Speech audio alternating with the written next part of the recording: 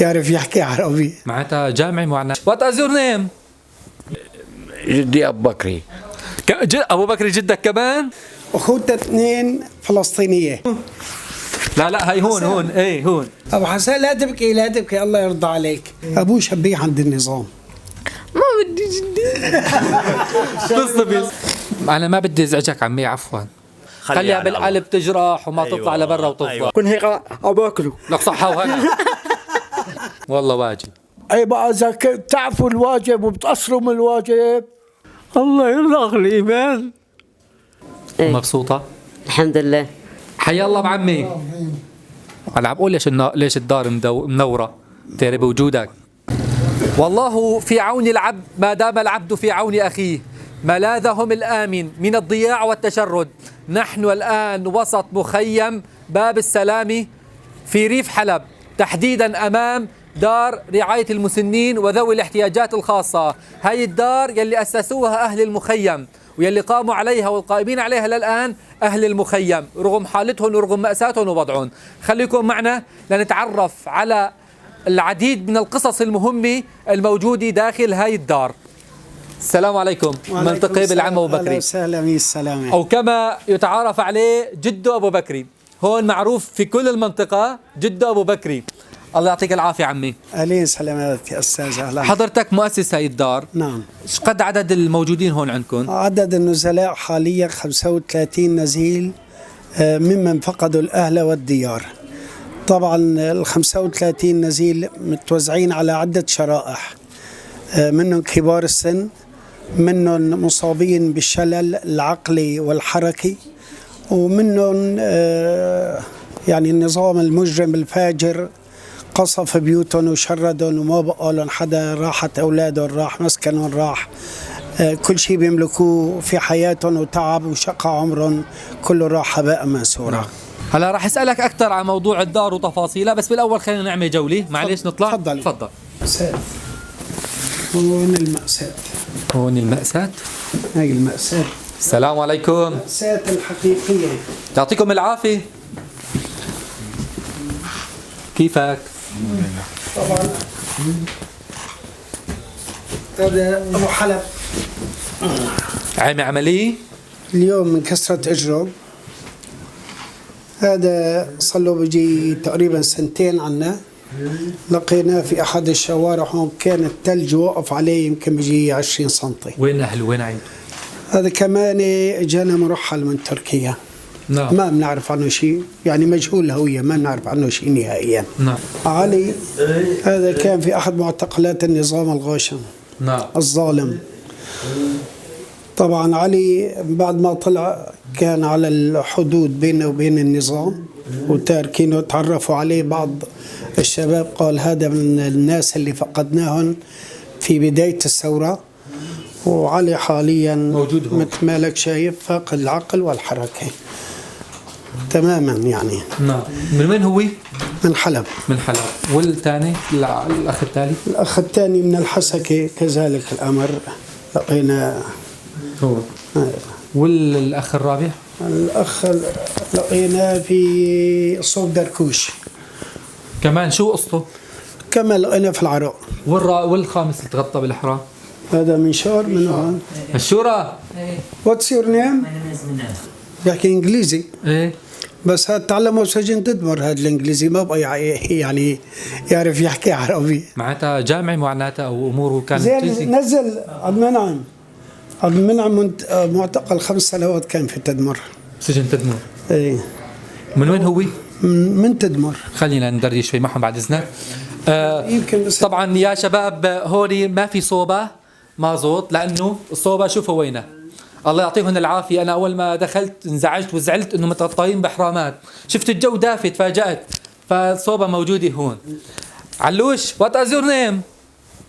عبودي. كيفك؟ مشار. مرحبا. كيف أخبارك؟ سلم علي. سلام. كيف أخبارك؟ زين. من وين أنت؟ من تدمر.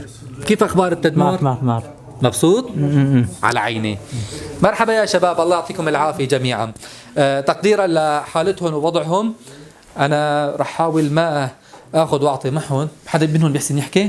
ابدا. طبعا نحن من خلال التكافل الاجتماعي والدوافع الإنسانية واتباع لسنة رسول الله وأوامرنا الإسلامية الحنيفة دفعتنا لنقوم على رعاية هدول الناس اللي بعتبرهم أولادي أو أخوتي رعاية كاملة.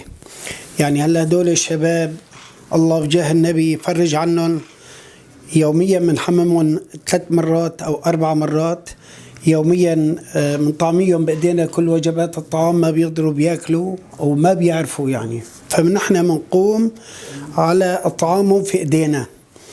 بالإضافة لذلك هلا أنت بتشوفهم دول كلهم عم نعطيهم أدوية، يعني لسه لو ما الأدوية فبتلاقي دائما عندهم اختلاج. طبعا في علي بس بدي أعقب، بعد ما أجانا مدة طويلة نحن نقص له أظافيره ويطلع برادة نحاس من كتر ما نحط له الأسلاك الكهربائية تحت أظافره ويعذبوا فيه.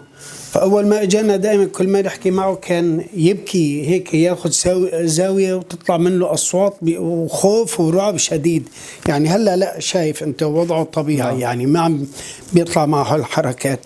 فالحمد لله رب العالمين، الله هيئنا لنكون خدم لهؤلاء الناس. الله يجبر بخاطرك، الله يحفظك يا رب. أنا شفت كأنه في عم توفى من كام يوم، تذكروا إنه توفى هون في الدار. والله توفوا من شهر و10 أيام لهلا، صار 3 أشخاص عنا سبحان الله، كلهم كبار السن، وكلهم هذا واحد صار يعني كلهم صار معهم أمراض صعبة شوي، وأسعفناهم منهم على المشفى الوطني في عزاز ومنهم على مشفى بمارة. تابعوهم في المشافي في كل شيء. وكل إنسان بناخده بنحطه بالمشفى، طبعا نحط له مرافق، وكل يوم بدنا نروح على المشفى ونزوره ونشوف إيش بدهم تحليل، إيش بدهم تصوير، إيش الأدوية اللي ما هي موجودة بالمشفى بنروح بنأمن لهم إياها. مارس دور الجد حتى عليهم. يعني هلا أنا بصراحة يعني أنا سعادتي في هالدار، يعني ما بحس سعادتي لا في بيتي ولا مع رفقاتي ولا مع الناس، ولا يعني أنا كل وقتي مقضيه هون. كيف كان شعورك وقت توفوا ال3؟ يعني شعور، يعني أنت إنسان عم يعني كل يوم أنت عايش معه وعم تطعميه وبتسقيه وبترعاه، وإلى يعني كل علاقاتك الوجدانية والإنسانية مع الإنسان هذا، فأنت فقدته في الأخير بدك صاروا بكون غالي على قلبك يعني. نعم. فسبحان الله، يعني هاي الدار الوحيدة في المحرر هون. خلينا نتابع الساعة. تفضل. كيفك عمي؟ كيف صحتك؟ الحمد لله. كيفك عم؟ الله يبارك حي فيك. الله، الله يسعدك. تسلم لي يا رب. تسلم لي انت تسلم لي. كيف امورك؟ والله الحمد لله. دائما الحمد لله. كان معلش كلمة. ايه تفضل. طبعا نحن عندنا في الدار مثل ما حكينا الإنسانية لا تعرف الجغرافيا. ثواني. الإنسانية لا تعرف الجغرافيا. نعم. أخوتها 2 فلسطينية من فلسطين. من مخيمات فلسطين. نعم. ونازحين باتجاه الشمال السوري، وصفى مأواهن عنا هون. 100 أهل. فهن أخوتنا، نحن ما في حدود مصطنعة بيناتنا، عندي واحد لبناني، كان عندي واحد عراقي، فدائما نحن في الوطن العربي روح واحدة. الله محييك. الله يحفظك. فالشباب كمان هلا هن بيعرفوا عن نفسهم وبيحكوا عن نفسهم. نعم. بداية نبلش بالعم، عرفنا بحالك عمي. أحمد عبد المصطفى على عيني وراسي، من فلسطين. أهلا وسهلا بكل أهل فلسطين. الحمد لله، ألف الحمد لله اللي الله بعتنا جدي أبو بكري.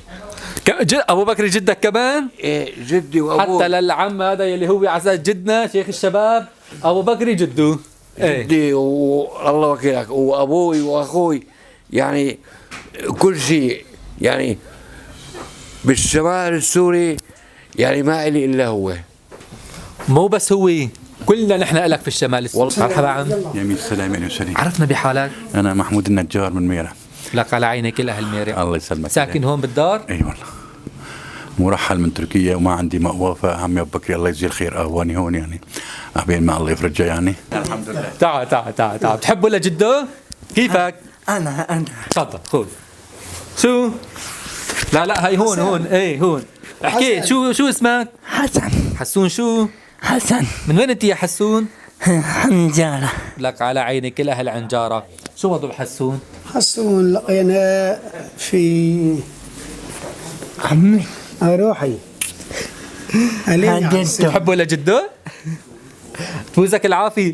وين لقيتوا لحسون؟ اللهم صل على النبي. في أحد قرى ريف إدلب خبرونا كان في العراء. بحبك. حسون حبيبي حسون شلون؟ أحلى حسون. سكف هون الله مبسوط هون مبسوط؟ ايه كفو يا حسون، دائما ان شاء الله مبسوط. هون عامل لهم استراحه. وقت بيكون الجو شمس خاصة هدول المقعدين بدهم بنطالعن- شمس. ايه بنطالعن هيك نعم. مشان يغيروا الجو.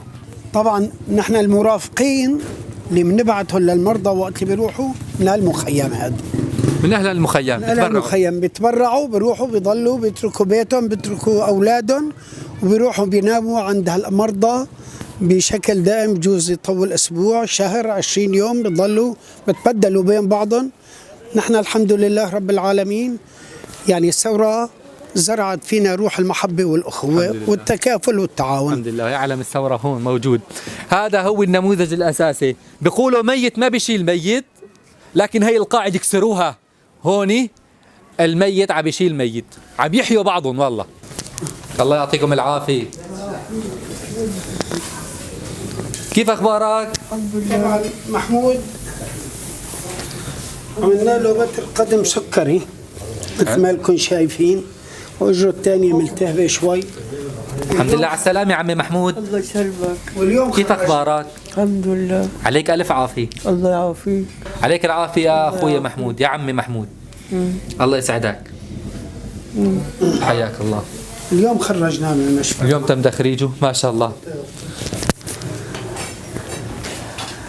لا حول ولا قوة إلا بالله. هاي ابو حسن. كيفك عمي ابو حسن؟ حي الله حي الله. كيف اخبارك؟ ابو حسن لا تبكي لا تبكي الله يرضى عليك. بدنا نتجوزك يا ابو حسن. ابو حسون. ابو حسن. حسبنا الله ونعم الوكيل. لا حول ولا قوة الا بالله. ليش تبكي؟ مريض ما كمان كان معه احتشاء بالعضلة القلبية وخرجناه. جواته قهر كبير فراق اولاده يعني وبناته هن بعيدين عنه. طبعا البعد بسبب يعني هن موجودين في تركيا وما بقدر يطلع لعندهم وما بقدر يجوا لعنده. هذا قهر اللي جواته يعني حيداني بسببه. وحيداني هون. ايه ما ابو حسن صار له 5 سنين عندي. 5 سنين. 5 سنين. 5 سنين هون بهالدار. 5 سنين نعم. حسبي الله. حسبي الله ونعم الوكيل. الله الله لا- يجبر مصابك يا الله عمي. لا يقطعنا بجاه النبي. امين يا رب. كيفك؟ اهلا عبودي. اهلا. كيف الصحة؟ نعم. قرآن؟ ايه سمع فيها القرآن؟ ما شاء الله الله يسعدك. ابوه شبيه عند النظام. تاركه. ايه وامه اضطرت تتزوج بس زوجها ما رضي يحوي يعني. وضل هو هيك على الوضع. فعبودي يمكن صار له 6 سنين. عنا ايش قد لك صار لك هون عبودي؟ ما هو مشكلة عبودي نحن أهله. إذا عبودي ما له أهل أنا أو أهله بس تخلوا عنه نقطة نحن أهله. تواصلت مع ابوه حكيت معه. إيه. ايه فاول شيء سبني. هم بعدين انك شيء لابنه. ايه ما بعرف انا اول شيء بس مجرد شاف علم الثوره على رقبتي سبني. فقلت له خي اترك علمك لحالك اترك علمي لحالي بس خلينا نحكي في موضوع ابنك. فمن بعد ما حكيت معه قال لي انا يعني انت التاج على راسي. ايه فقلنا له خي نحن طالبينه منك تحكي مع ابنك ما بدنا شيء يعني بس ابنك تتواصل معه تحكي معه ولو بالشهر مره. عم بحكي؟ فحكى معه مرتين وهذا وجه الضيف قطع على أخيه. خالص. الله المستعان. طبعا هون هي عاملين لهم الصوبة حماية لإلهم. نعم. لك الله يجبر بخاطركم. هون العم هون الأخ كأنه طفل. هيك؟ هلا بنجي لعنده بس شباب، يلا. نشوف ابو جمال اول شيء. أبو جمال هون هون إيه. عم أبو جمال نيم إذا نيم بلا اتركوه. اخونا ابو جمال من خلي مدينه هون. عفرين. أبو جمال من عفرين. ايه نحن ما بنحب نذكر هالكلمه لانه نحن بالاساس عشنا في سوريا ما بنعرف كردي ولا يزيدي ولا اشوري ولا لا. مسيحي. نحن عايشين كنا أهل أخوة. أنا بعرف كتير من المسيحيين نبرك ونسهر مع بعضنا، لا بعرفه مسيحي ولا بعرفه سني ولا بعرفه مسلم. فهي ايش قضية. قصته ابو جمال؟ أبو جمال كردي من مدينة عفرين. فيوم اللي صار تحرير مدينة عفرين لقيناه مكور على بعضه. طبعا أبو جمال إجانا مشلول نتيجة خطأ في عمل جراحي بالنخاع الشوكي، انشل. فجبنا له هون، عالجناه وعملنا له علاج طبي وعلاج فيزيائي، الحمد لله رب العالمين مشي حاله. عائلته أهليته وين؟ أخوته كلهم طلعوا وزوجته تركته. فكان عنده طفلين أخذت لهم إياهم منظمة كردية، ضلينا نبحث وندور عليهم. بعد 6 شهور لقيناهم. ولا أطفاله هون؟ أطفاله بالمدرسة حاطين. ما شاء الله، حتى أطفاله جايبهم. لا بالمدرسة بيروحوا كل شهر، بيجوا لعنا يومين أو كل ما بصير مناسبة عطلة بيجوا لعنا منيمون على هالتخت. الله يجبر بخاطركم. والعم طلال دويدري كان بمشفى ابن خلدون، وضعه تعبان. والأخ هوني؟ الأخ ضرير ومقعد. يعني الحقيقة العمل عنا شاق، يعني بدك تتابع كل مريض شو طبيعة أكله، شو طبيعة شربه. نعم. إلى آخره. شيخ الشباب هونيك عم يضحك. هذا عبودي، هذا عريسة. هذا عبودي المدلل. يلا يلا يا مدلل، مرحب مرحب. دقيقة ادخل معنا. الله يلا اترك لي بس مجال أدخل أبوسه لأنه ما صار لي اليوم أبوسه. ما بوسته اليوم، نحن بنبوسه عنك. كيفك عبود؟ كيف صحتك؟ خلينا نقعد أنا حدك. خير إيش بك؟ ما فيني شيء، عملت عملية. عملية شو؟ شيخ الشباب بلا اتركنا. توطير أوتار. على الأوتار؟ عليك العافية. شو هالسيارة الحلوة اللي حداك؟ طبعا عبودي معه قصر بالأوتار بإجريه. نعم. سبب؟ من الولادة. من الولادة. وين أهليته؟ بعدين بنحكي. نعم. عبودي خضع لعلاج فيزيائي طويل، يعني صلنا شهرين بناخده يوميا على العلاج الفيزيائي لحتى نهيئه للعملية. عم تتابعوه أول بأول؟ ايه طبعا. بناء على طلب أول شيء الدكتور أنه أول شيء لازم يعمل علاج فيزيائي. فكنت كل يوم باخده على عزاز بالسيارة وبرجع نعمل له العلاج عند المعالج بالقطاع الخاص حتى ما هو القطاع العام.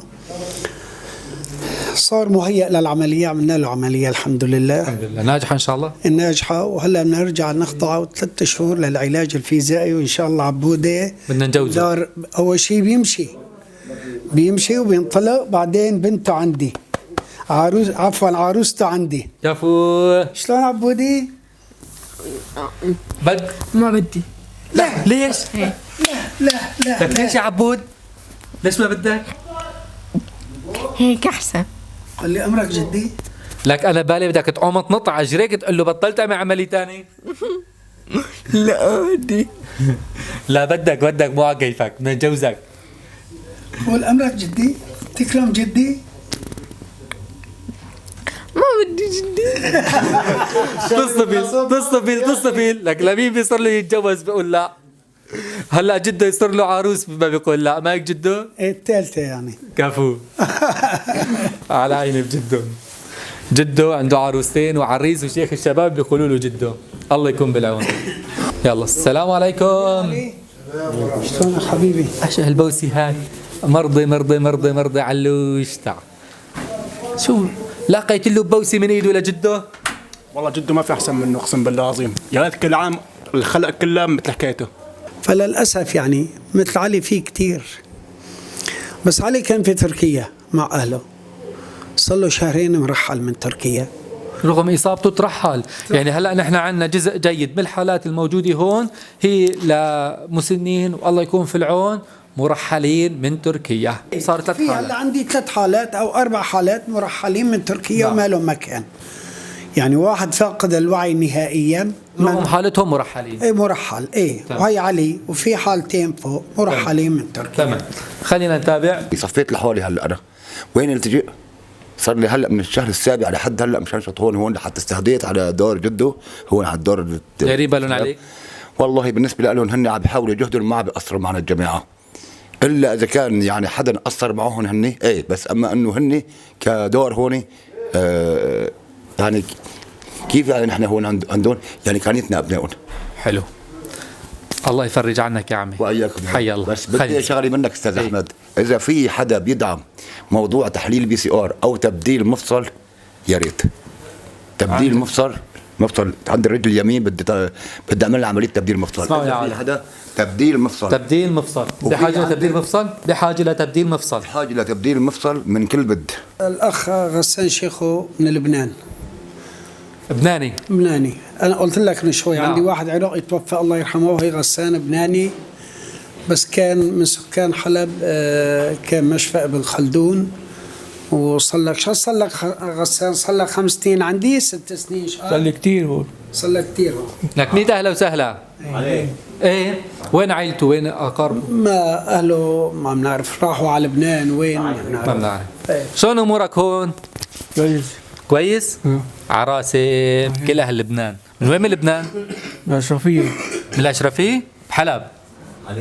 اشرفيه حلب ولا اشرفيه لبنان؟ الأشرفية بلبنان. بلبنان؟ على عيني وسهلا. اهلا وسهلا بكل اهل لبنان، نورتونا والله. مين مرة هي؟ كيفك عمي؟ محمد الله مشكره. حضرتك من معرة النعمان؟ أنا من أريحة. طلعت مخربط أنا. على عيني كلها الريحة. طبق ورد. شو ساكن هون؟ شلون وضعك هون؟ مرتي خلص ساتر. أنا ما بدي أزعجك عمي، عفوا. في شيء بالفجر جوات. مرتي راحت تتداوم بالمشفى، راحت واخذوها على تركيا ومشان تعالج، وما رجعت. ايش بدي اسوي؟ انا مالي غير الله. ولادي 2 راحوا بالقصف والباقي بتركيا والحمد لله. استشهدوا اولادك بالقصف والباقي بتركيا. ان شاء الله امورك هون زينه. الحمد لله. وانا بالدار كويس. ايش بتصح له العمي ابو بكري؟ ايش بتصح له؟ ايش بتقول له؟ جده ابو بكري. قل له جده انت. لك ايش عمي ايش قد عمرك؟ انا عمري 70 سنه. انت اكبر منه، كيف تقول له جده؟ الله يفرج. هاي القصص ما بدنا نحكيها على الاعلام. بلا ايوه معليش، خليها بالقلب تجرح وما تطلع لبرا وتفضح. أيوة. ما هيك؟ مرحبا مرحبا. شو اخبارك؟ كيفك انت؟ مشتاق لك. عرفني بحالك. انا اسمي نزار نزار هذا اسمي نزار. عليم نزار. على اسم مين؟ على اسمك. يا عيني عليك. شلون انا وانت؟ منيح. شلون انا وانت؟ منيح. مو رفقه؟ ايه. يا عيني عليك. سمي حاله نزار على اسمك وسميني نزار. ايه هو نزار. بس هو وقت اللي بده يحكي بقول لي على اسمك. حلو حلو. بتحبه لجده؟ ايه. انا اسمي هلا نزار. يعني يكون صحن اكل كون هيك باكله. لك صحة وهنا. طلع. ما بدك عروس؟ لا. لك عروس؟ اي بدي. بدك عروس؟ يا شباب بدنا عروس لنزار الحلو. من وين نزار؟ من يعني من جسر، يمكن من جسر. ما هيك؟ وين اهله؟ وين؟ ابوه كان هون توفى من شهر والله. ابوه كان هون وتوفى. كان هون وتوفى. وما لهم حدا. وباقي اهله كلهم في تركيا. كمان هن مرحلين ولا لا؟ من قبل مرحلين. ما حسن من يطلعوا. قبل. ايه. تشريد شو صور الناس. نزار حبيب الروح. ولك دخيل هالضحكة يا نزار. انا شايف هالضحكة هاي؟ هاي الضحكة بتدل على طيبتك. انا اسمي كل شوي اكل. لك صحة وانا. جيبوا لنا صحن لنزار. جوعان؟ لا. ايش اكلت اليوم؟ ايش اكلت اليوم؟ هيك عم بنسى. ايش اكل اليوم نزار؟ كبه. اكل كبه؟ اي من طيبك بدك تنسى؟ كبه حلبية على كبه. اي من طيبه بدي ينسى. اذا ضارب كبه، يا جيب اذا ضارب كبه جيبوا لنا كبه لنشوف الاكل يلي طعميتوه للشباب اليوم. يا عبد العزيز. ليه زعلان يا عبود؟ زعلان. كيفك؟ الحمد لله. بس انا اعمى متواصل. انت؟ اعمى. اعمى؟ نعم. عليك الف عافيه. نحن العميان. نحن العميان. نحن مو انت. نحن العميان يا جماعه. ما عبد العزيز. عليكم العافيه ان شاء الله. ساكن هون؟ شو اصل لك هون؟ صار لي تقريبا سنه. يلا حصتنا بالجنة. بدكم تعملوا لنا كبه تعزمونا عزيمه ثانيه ان شاء الله بكل وضع الدار احسن. جاهزين استاذ احمد. مرحبا عمي. خيو كله ابو محمد ابو محمد لك على عيني وراسي. وابو محمد نعم كلنا يطلع لنا محمد. كنز تماما. شو الوضع؟ احكي له ابو محمد عن وضعك، احكي له هيك احكي لنا هيك عن وضعك، كيف امورك؟ والله الحمد لله رب العالمين. شو صار لك هون بالدار عمي؟ والله صار لي وقت طويل يعني. نحن معلش متابع قصصهم قصة لأن كل واحد له قصة ولازم تطلع. طبعا الشيء المناسب من قصصهم بننقله، الشيء المو مناسب نحن بنتجنبه. أحلى أبو محمد عمي الغالي، كيفك؟ خير من الله. عم أبو محمد ايش قد عمرك؟ لا 69 إن شاء الله العمر كله. الله يسلمك. المصحف أنت بتقرأ فيه؟ المصحف هو عامي لك المصحف عم أبو محمد هو بيقرأ فيه. لا محمد. الحمد لله. عم أبو محمد كيف وصلت لهون؟ وصلت مثل ما بقول أخوي مريض، جيت مع منه مرافقة. نعم. ايه بهالطريقة هاي. أنت مرافق مع أخوك هون؟ ايه بينك مع أخوك. أنت عزابي كنت يعني؟ كمال عزابي. واخوك عزابي؟ كمال عزابي. من وين حضرتكم؟ الحمد لله عزابية ما لنا متجوزين. هاي بتقول الحمد لله يعني. بقى تحمد ربك. مبسوط. إذا شيء اللي ربك بدك اياه يبعثك ويعطيك اياه بيعطيك اياه، وإذا ما بده يعطيك اياه تقدر تحرجه؟ أبدا. من وين حضرتك عمي؟ حضرتي من الكرة الأرضية من حلب. لك على عيني كلها الحلب، مهجرين، راح داركم راح بيتكم وتهجرتوا. وراح الأولي والآخري، ما ضل غير ربك موجود. كيف وضع جدهم معك؟ كل الناس خير وطيبين، وانت طيب كمان. الله يجبر بخاطرك. لو ما تكون طيب ما كنت جيت لهون. الله يكرمك يا عمي. هون الناس بشكل عام طيبين معكم؟ كل الناس خير وبركة. الحمد لله. أحلى عمي أبو محمد. يا هلا. الله بس يرزقك. مريتكم انتو معلش هلا تعتنوا شوي هالختايرة هالموجودين هالعالم اللي مثل ما بقول ما عند منا استطاعة تقدر تقدم شيء لحياته، انتو تكونوا معينين. والله واجب. اي بقى اذا تعرفوا الواجب وبتقصروا من الواجب نظامي والله وانت راح تتركها يعني. هذا حق، هذا حقنا على بعضنا البعض. شوف هلا هو في بادرة خير انه صارت هالدار تكافل اجتماعي من الناس وهيك بذرة خير. لكن مثل ما انت عم تحكي المفروض كل الناس تبادر، المفروض كل الناس تجي تزوركم دائما هون. كيف صحتك؟ والله ماشي الحال. الحمد لله على كل حال. كم تسبيحة بتسبح باليوم؟ اسمحوا لي ادخل سيجاره. ايه بس دقيقة تمام. كم تسبيحة؟ 500 احيانا 1000 احيانا 200 حسب ما الله يقسم. لك الله يرزقك يا رب بكل تسبيحة بيت بالجنة وعروس بالجنة. قول امين. امين. الله يسعدك يا عمي. الله يخليك. الله يكرمك. وانت من وين دايلك؟ نعم. وين دايلك؟ تعيلي ايه؟ روح الله يرزق مو بيت بالجنة. الله يرزق الإيمان. امين. الإيمان أقوى من الجنة. الله يجبر بخاطرك على هالدعوة الطيبة. لأن الإيمان بيجيب كل شيء. نعم. إيمان بيجيب كل شيء. الله يجبر بخاطرك يا عمي. كيفك يا خالتي؟ الحمد لله رب العالمين. ساكنة هون ولا قايمة على خدمتهم هون؟ لا والله هون بطلع على هالمرضى. بتطلع عليه هون؟ ايه. حضرتك ساكنة هون بالمخيم؟ بغسل لهم، بنطبخ لهم، بنطعميهم. على عيني والله. تفضل هيك شوي. أم شو حضرتك؟ ام عبدو. كيف أخبارك؟ والله الحمد لله نشكر الله. ساكنة هون بالمخيم؟ ايه نعم. من أي متى هون بتخدمي هون بتديري بالك عليه هون؟ هلا صار لي أنا من فتحت دار السلامة هون من شي 6 سنوات. اللي هون بشتغل هون وبطلع عليهم. إيه؟ مبسوطة؟ الحمد لله. الحمد لله طول ما كسباني أجر من رب العالمين فيهم ما بتمنى لهم إلا الخير. بتمنى كل مين بشوفهم يطلع عليهم ويساعدهم. راكدة على الأجر من الله. لا إله إلا الله. كله بيقول لي جده إلا هي بتقول لي أخوي. فأم عبده وقت كنت أنا هون بالمخيم مستلم إدارة المخيم اجت طلبت مني أكون أخوه ما لا حدا هون. فهلا أنا وياها وحيداني. إيه. ساكني هوني أخوك عم أبو بكري. إيه نعم. لك على عيني وراسي. أخوي في الله. ولأنك وحيدانية وعلى حالتك ووضعك قايمة على خدمة هالناس. الحمد لله بفضل الله. وبتمنى الله يشدني بالصحة والعافية كرمالهم.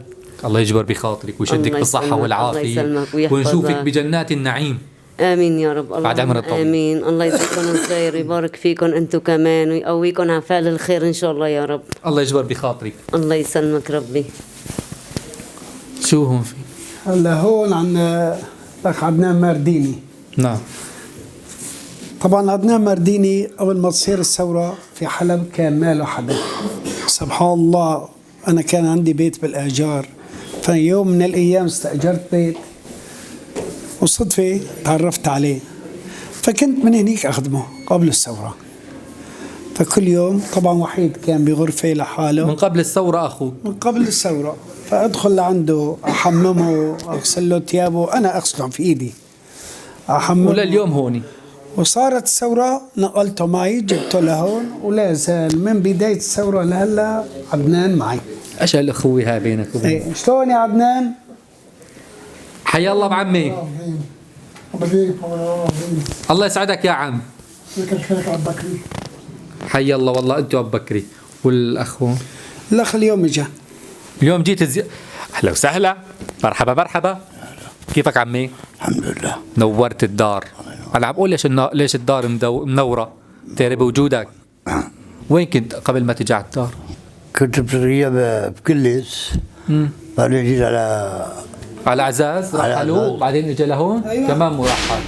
ميت اهلا وسهلا، نورتنا. ان شاء الله يكون امورك بتكون افضل. تمام؟ عراسه يا عمي.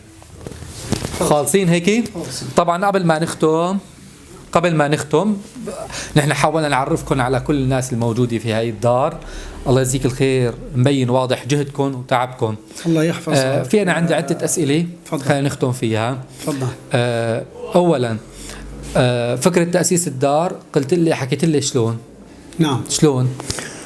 فكرة إنشاء الدار، احترقت خيمة، قمنا لننقذ اللي موجودين فيها. بتفاجأ رجل عمره 70-80 سنة ايديه بترتعش، فقمنا على خدمته. بعد ما وضبنا له الخيمة ظبطناها، قمنا على خدمته من المنطلق الديني الإنساني، التكافل الاجتماعي، ايش تريد يعني إنسان ما له حدا في الدنيا. زادت الحالات، وصلنا لخيمة أكبر 9-10 أشخاص. صرتوا معها ما حتكبروا أكثر. إيه، فتبرعت أهل الخير، عمروا لنا 4 غرف. تكافل اجتماعي من الناس، مو منظمات كله من الناس. طبعا ما الدار حتى الآن ما هي مدعومة من أي جهة رسمية. طيب كيف أنتم مشايين أموركم؟ مصروف والله هي مصروف يعني شهريا بنقع بعجز لا يقل عن 1200-1300 دولار. هي بشكل شهري. كل شهر عجز. كل شهر عجز. يعني في عنا ديون متراكمة حتى نهاية الشهر 11 79,434 ليرة تركي. و34 ليرة تركي. هاي بالضبط يعني. عيد المبلغ. 79,434 ليرة تركي حتى نهاية الشهر. هذا من أي شهر؟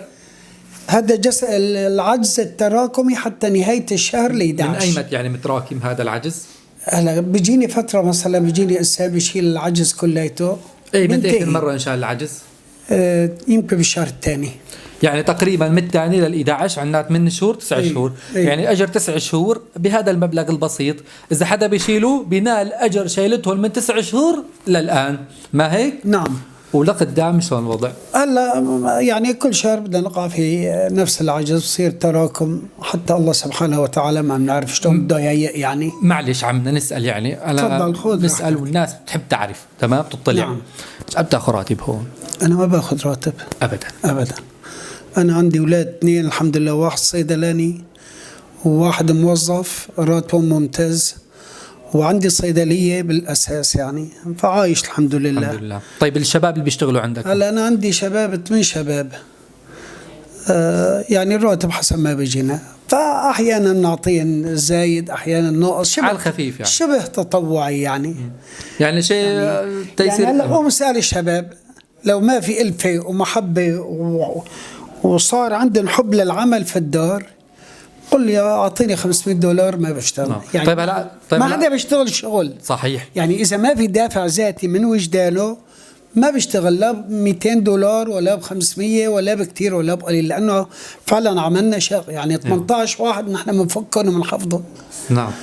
6 شفتوهم فوق، هدول من طعميهم بايدينا بالاضافه للحمام والفك والتعفير. يعني بدك مين يعمل اكل ومين يعمل شرب ومين يلي يغسل ومين بده يشرب بالضبط، ومين بده بالضبط، ينظف ومين بالضبط، ومين بالضبط. والشيء اللي لاحظته، نحن طبعا جينا اليوم بشكل مفاجئ بدون تنسيق مسبق، حكينا قبل بساعه، ما مشوار الطريق كنا موجودين هون من عزاز لباب السلامي. الشيء اللي ملاحظه هي النظافه في الارض، نظافه في الحيطان، نظافه في كل مكان، ملابسهم، نظافتهم، كل شيء هون عندهم يعني شيء فعلا بيرفع الراس، والله بنكبر فيهم. الله يحفظك. تكلفه الدار تشغيلها كل شهر ايش قد بتكلف؟ شيء $3700 بتشيل النظامي 3500 ل 3700. يعني هاي اذا تامنت كل شهر شيلته النظامي. ايه بيجينا احيانا 2200 لل 2500. طبعا هاي الدار تعتبر الدار الوحيده، انا راح اختصر وننهي. هاي الدار تقريبا الوحيده في الشمال السوري. انا من ايام شفت اكثر من حالي لمسنين وضعهم جدا سيء في مدينه ادلب، عم يناموا في الشارع في البرد في كل شيء، لهم في حالتهم ما في لهم مين يشيلهم او يسندهم. فمن هذا المنطلق واضح أهمية هاي الدار، هاي العوائل، هودي الأشخاص اللي صاروا العم أبو بكري والناس الموجودة هون وكل أهل المخيم أهل لهودي الناس. فعلا احنا شيء بنفتخر فيه ونعتز فيه، وواجب كلياتنا نتكاتف لحتى نساند هاي الدار ونشغلها ونخليها تستمر في عملها وتستقبل كل حالي لحدا ما له حدا، كون نحن أهله وناسه نجبر بخاطرهم. في شغلة بدنا ننوه عليها. زارنا أحد الأصدقاء من مدينة عزاز، فوقت شاف ضيقة الدار بهالشكل الرجل تبرعنا ب 3000 متر مربع، يعني 3 دنومات. نعم. من أجل بناء دار نموذجية. حلو. 1000 متر للنساء و2000 للرجال. هلا نحن عم نسعى، قمنا بترخيص وقمنا بدراسة مثل ما بقول الهندسية بدكم مساهمة بعمارة. ايه هلا في عندنا تبرع $10,000 من شخص واحد من أجل عمار الدار. تأسيس. هي أول خطوة، في شخص بده يتبرع $10,000، يعني إن شاء الله أسبوع جاي مباشر. يلا يا أهل الخير، الكل بده يساهم إن شاء الله. نحن بإذن الله تعالى يعني قمنا هلا بالدراسة الهندسية، الكلفة مثل ما بقول كلفة الإنشاءات التأسيسية. دار نموذجية راح يكون فيها جلينة، فيها شلال، مثل ما لك شايف هون الدار بتفتقد لها شيء. تكون كامل مكمل. ايه شو تكلفتها كلها؟ والله مبلغ كبير يعني شوي، يعني بحدود $150,000. يا عم احكيها، والله مبلغ بسيط على الناس المقتدرة والناس اللي عندها قدرة. بس يعني دراسة ومع الكترة إذا كل مين شال شوي ترى مبلغ جدا بسيط، يعني بيشيلوش إذا لنا 150,000 تمام، بيشيلوا 150 واحد، أو إذا بدك من كل واحد $100 1500 شخص بيشيلوه. إيه يعني الدار تم هلا تصميمه على المستوى يعني الصحي والنموذج الأوروبي هيك بشكل كامل اللي بنشوفه. والله واجب ولازم. في مثلا مركز للعلاج النفسي، للعلاج الفيزيائي، للعيادة الطبيب إلى آخره. طولنا نحن شوي على الناس. نعم. بس أنا متيقن إنه الناس متابعة معنا، وبعرف كل حدا هلا عم يتابعني رايد هيك لو إنه موجود معنا ويغار على العم على جده أبو بكري، الله يحفظك من راسه، الله يجبر بخاطرك يا عم أبو بكري، والله يجبر بخاطر كل الناس الطيبة على جهدها.